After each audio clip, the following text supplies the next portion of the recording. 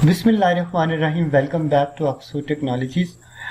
Photoshop की beginner series के new lecture के साथ आपकी खिदमत में हाजिर। आज के इस ट्यूटोरियल में मैं आपको बताने जा रहा हूं कि कैसे हम फोटोशॉप के अंदर content aware move tool, content aware extend tool और कैसे कंटेंट अवेयर स्केल टूल का बहुत ही बेहतरीन तरीके से इस्तेमाल कर सकते हैं। इस वीडियो को लास्ट तक लाजमी देखिएगा। यकीन करें कि इस वीडियो को देखने के बाद आप इस काबिल हो जाएंगे कि फोटोशॉप के अंदर आप कंटेंट अवेयर टूल्स को बहुत बेहतरीन तरीके से इस्तेमाल करना सीख जाएंगे। तो चलते हैं बगैर इंतज़ार किए अपनी वीडियो की तरफ। सबसे पहले मैं आपको कंटेंट अवेयर फिल के बारे में डिटेल के साथ बताऊंगा और यहाँ पे मैं 3 इमेजेस का इस्तेमाल करूंगा, यानी बिगिनर लेवल से लेकर मैं एडवांस लेवल तक आपको कंटेंट अवेयर फिल के बारे में बताने लगा हूँ। इस इमेज में मैं कंटेंट अवेयर फिल की मदद से इस बलून को रिमूव करना चाह रहा हूँ, यानी मैं चाह रहा हूँ कि जो मेरा बैकग्राउंड है ये मेरी फुल जगह पे आ जाए। इस इमेज में मैं कंटेंट अवेयर फिल की मदद से अपने पूरे एरिया को बैकग्राउंड की तरह बना लूँगा। सबसे पहले मैं लासो टूल की मदद से रफली सिलेक्शन बना रहा हूँ। आपने एक चीज़ का लाजमी ख्याल रखना है कंटेंट अवेयर फिल टूल को यूज़ करते हुए कि जब भी आप कंटेंट अवेयर फिल टूल को इस्तेमाल कर रहे हैं तो कोशिश करनी है कि कुछ थोड़ा बहुत एरिया बैकग्राउंड का लाजमी आपने सेलेक्ट करना है, क्योंकि अगर आप सिर्फ सब्जेक्ट को सिलेक्ट करेंगे तो क्या होगा कि वो अच्छे तरीके से कंटेंट अवेयर फिल का इस्तेमाल नहीं हो सकेगा। तो मैं लासो टूल की मदद से इसकी सिलेक्शन बना रहा हूँ। सिलेक्शन बनाने के बाद मैं बहुत ही डिटेल के साथ सिलेक्शन नहीं बना रहा, मैंने एक रफली सी सिलेक्शन बना ली है। और जैसे मैं अपने कीबोर्ड से शिफ्ट बैक स्पेस प्रेस करूँगा तो मेरे पास ये फिल का ऑप्शन खुल जाएगा। इसको आप एडिट के अंदर भी देख सकते हैं। एडिट और फिल में जाएं और यहाँ से अगर आप कंटेंट अवेयर कर दें तो क्या होगा कि ये आपका एरिया रिमूव हो जाएगा। देखिए बहुत ही बेहतरीन तरीके से फोटोशॉप ने उस इमेज से उस बलून को निकाल दिया है और बैकग्राउंड के साथ उसको मैच कर दिया है। आप कंट्रोल डी से इसको डीसेलेक्ट कर दें। इस इमेज के अंदर आपको मैं चाह रहा हूँ कि ये जो मेरा सब्जेक्ट है, यानी जो ये आदमी है, इसको मैं कंटेंट अवेयर फिल की मदद से इस एरिया को ग्रासी बना दूँ। इस इमेज के अंदर ना सिर्फ मैं कंटेंट अवेयर फिल का इस्तेमाल करूंगा बल्कि हीलिंग ब्रश टूल का भी इस्तेमाल करूंगा बेहतर रिजल्ट हासिल करने के लिए। सबसे पहले मैं लासो टूल की मदद से इसकी सिलेक्शन बना रहा हूँ।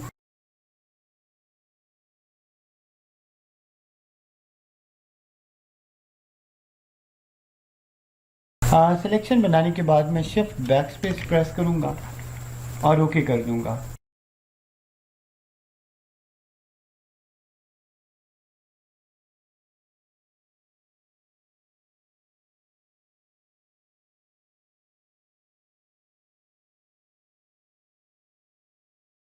कंटेंट अवेयर फिल के बाद अगर आप इस तस्वीर को गौर से देखें, यानी इसकी अगर मैं जूमिंग बढ़ाता हूँ तो देखें तो कुछ एरियाज हमें सही तौर पर इस जो बैकग्राउंड है इसके साथ मैच करते हुए नज़र नहीं आ रहे। तो इसके लिए मैं यहाँ पे हीलिंग ब्रश टूल का इस्तेमाल करूँगा और यहाँ से मैं एक न्यू लेयर सेलेक्ट कर लूँगा ताकि ये नॉन डिस्ट्रक्टिव रहे और यहाँ से मैं हीलिंग ब्रश टूल को सिलेक्ट करूँगा। हीलिंग ब्रश टूल को सिलेक्ट करने के बाद आप यहाँ से ऑल लेयर्स, आपका सैंपल में ऑल लेयर सेलेक्ट होना चाहिए और जैसे मैं आल्ट की मदद से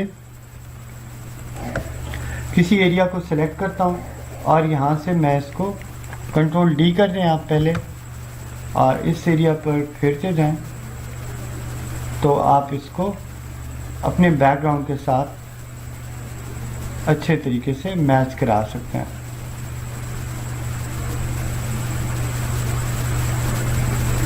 मैं अब इसकी जूमिंग को कम कर रहा हूँ। देखें कंटेंट अवेयर फिल टूल और हीलिंग ब्रश टूल की मदद से मैंने इसको बहुत ही अच्छे तरीके से इस पे मैंने काम कर लिया और अपने बैकग्राउंड के साथ ना सिर्फ सब्जेक्ट को रिमूव कर दिया है बल्कि अपने बैकग्राउंड को भी बहुत बेहतर तरीके से बना लिया है। इस इमेज में मैं आपको बताने जा रहा हूँ कि कैसे हम कंटेंट अवेयर मूव टूल की मदद से अपने ऑब्जेक्ट को एक जगह से दूसरी जगह मूव कर सकते हैं। यहाँ पे आपको स्पॉट हीलिंग ब्रश टूल के नीचे कंटेंट अवेयर मूव टूल नज़र आ रहा है। मैं कंटेंट अवेयर मूव टूल को सिलेक्ट कर रहा हूँ और यहाँ पे मैं आपको ये भी बात एक बता दूं कि जैसे ही कॉन्टेंट अवेयर मूव टूल में ऑब्जेक्ट को एक जगह से दूसरी जगह मूव किया जाता है तो फोटोशॉप ऑटोमेटिकली उस जगह पे जहाँ से उस ऑब्जेक्ट को मूव किया जा रहा होता है उसको खुद ब खुद फिल कर देता है। कॉन्टेंट अवेयर मूव टूल को इस्तेमाल करते हुए इसको मैं ओके कर रहा हूँ।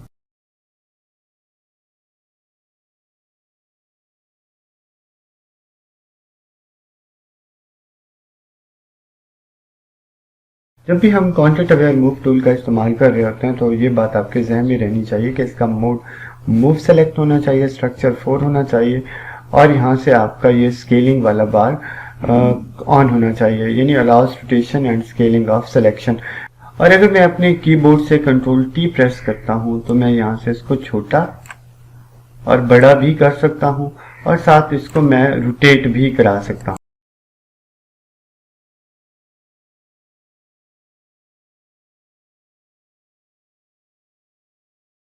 मैं दोबारा कंट्रोल आर जेड की मदद से दोबारा अपने सिलेक्शन वाली जगह पे जा रहा हूँ और अगर मैं यहाँ से इसको रोटेशन और स्केल वाले बटन को मैं अनचेक कर देता हूँ और इसको मूव करा के किसी दूसरी जगह पे लेके जाता हूँ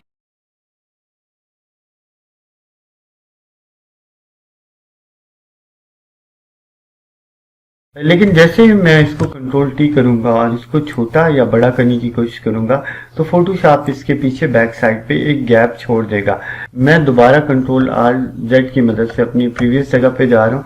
कहने का मकसद ये है कि जब भी आप कॉन्टेंट अवेयर मूव टूल का इस्तेमाल कर रहे हो तो आपको ये वाला बटन लाजमी चेक होना चाहिए, allows rotation and scaling of selection. Content aware move tool ना सिर्फ चीज़ों को एक जगह से दूसरी जगह लेके जा रहा होता है बल्कि इनको स्केलिंग यानी छोटा और बड़ा भी कर रहा होता है और इनकी रोटेशन को भी तब्दील कर रहा होता है। इसके अलावा अगर यहाँ पे आप देखें तो आपको मोड में एक्सटेंड नज़र आ रहा होगा।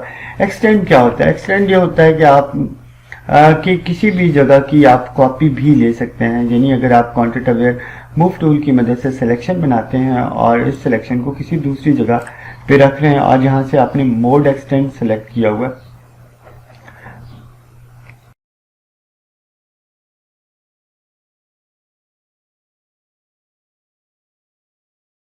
यानी content aware move tool further balloons बना देगा जिनकी हमने सिलेक्शन करके रखी हुई है। मैं कंट्रोल डी से इसको डी सेलेक्ट कर रहा हूँ।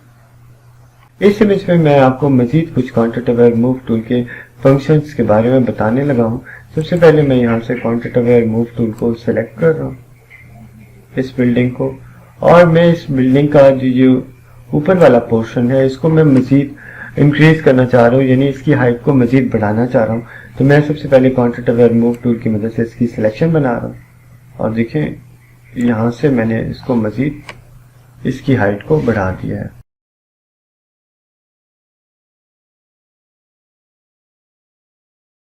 कॉन्टेंट अवेयर मूव टूल ना सिर्फ चीज़ों की हाइट को बढ़ा रहा होता है बल्कि इनकी हाइट को आप कॉन्टेंट अवेयर मूव टूल की मदद से कम भी कर सकते हैं।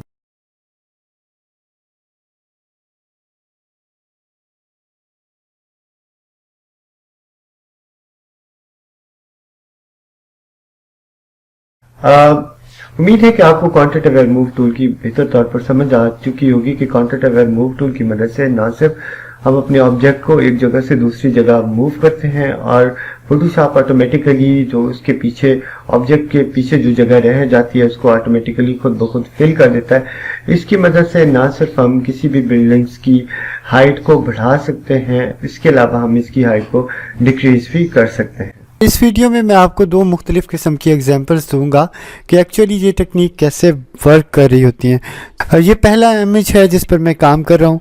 इसमें इस इमेज को मैं छोटा या बड़ा करना चाह रहा हूँ, लेकिन जैसे ही मैं कंट्रोल टी की मदद से इस तस्वीर को छोटा या बड़ा करूँगा, लेयर्स पे मैं मौजूद रहूँगा और जैसे ही मैं इस तस्वीर को कंट्रोल टी की मदद से छोटा या बड़ा करूँगा तो क्या होता है कि ये तस्वीर ना सिर्फ छोटी हो जाती है बल्कि ये इमेज भी हमें अच्छी तरह से विजिबल नहीं हो रहा होता।